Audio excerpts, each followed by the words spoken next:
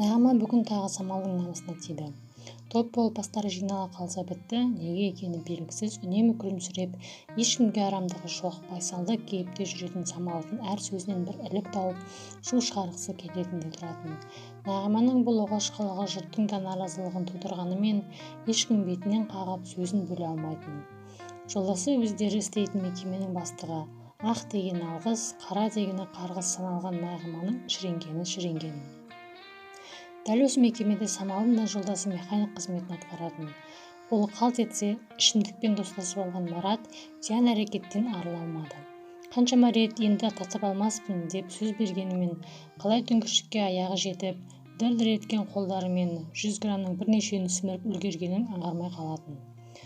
Әріптестерінің ортасына сыйлы азамат аздап ұрттап алса да, бәрінен жақсылығын аямай, үнемі қамқорлық танытатын.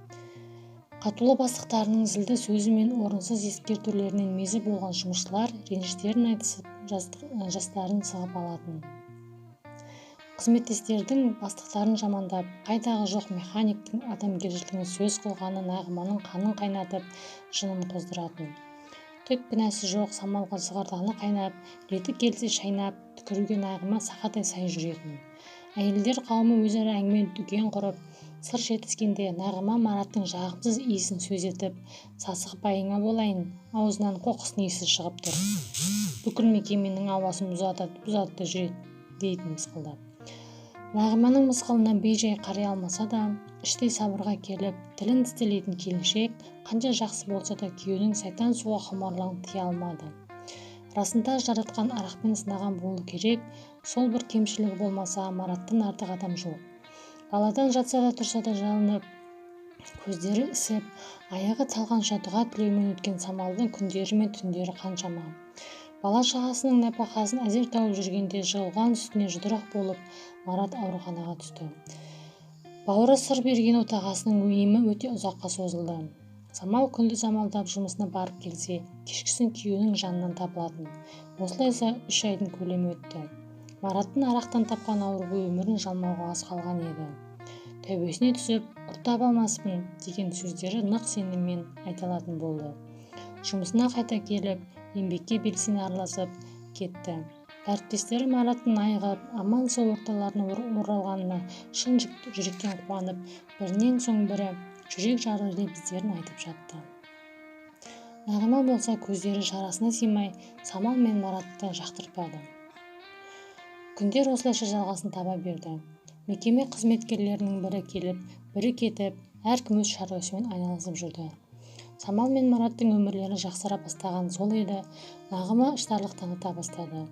Себебі Мараттың қызметтестерінің алдында бедел асқақтап, өзінің жолдасының басшы бола тұра абыройы төмендеп құлдырап бара жатқанын жақсы білетін. Ішінде жалыны қайнаған Нағима Маратқа ор қаза бастайды. Жұмысынан ілік таппасы анық, аяғын тек әйелі арқылы ғана шала аламын деп Самалды арандатуға көшті.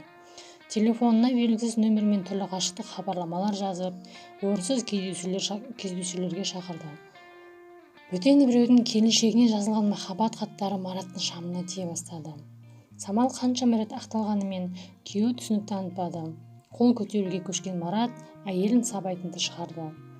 Көгерген денесін жұмыста қанша жасырып жүрсе де, оны бірінші болып Нағима аңғарып, әйелдер арасында өсектеп, Самалдың қандай бейшара, сорлы екенін ұқып көрсететін. Ал күйеуі Маратты тек жұмыста ғана керемет, үйінде нағыз сұм, оңбағандай әспеттеп еткізіп, әріптестерінің алдында жерге қаратуға тырысты.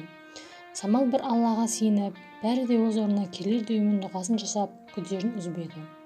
Көп асқанға бір тосқан демекші, Нағиманың өмірінің астан-кестеңі шыға бастайды. Дәулетті басына басы байлап алғандай тайрандағы Нағиманың аяғын ала аспаннан келтірді. Мекеменің тіреп тұрған күйеуі бір-ақ күнде орнынан түсіп қалды. Аяқ асты күйзелісті көтере алмаған бұрынғы басшы ащы сумен достасып, ішкілікке салынды. Қаншама емшілер мен дәрігерлерге қаралғанымен, онысынан түк шықпай, сағат санап жағдайы нашарлай берді.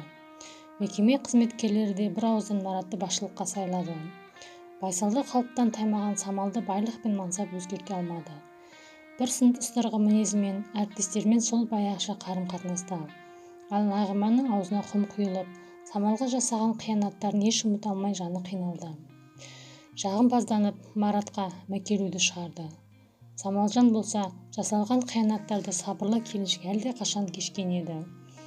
Кезінде Марат пен Нағиманың жолдасы жан достар болатын. Екеуінің көзі бір қызға түсті. Ол Самал. Самалдың таңдауы Маратқа түсіп, шаңырақ көтерді. Ал жолдасы Нағимаға үйленді. Саған емес, Самалға үйленгенімде бәрі басқаша болар еді, деп жиі айтып қалатыны Нағиманың шамына тиіп, Самалға тісін қайратыны да сондықтан болатын. Кезінде бейкүнә келіншекті жазықсыздан жазықсыз жерге тыққан Нағима өзінің қалай бейшара халге түскенін аңғарар емес. Тек маңайындағы адамдар ғана өз пейілінен тапқан байқұс деп есіркей қарайтын.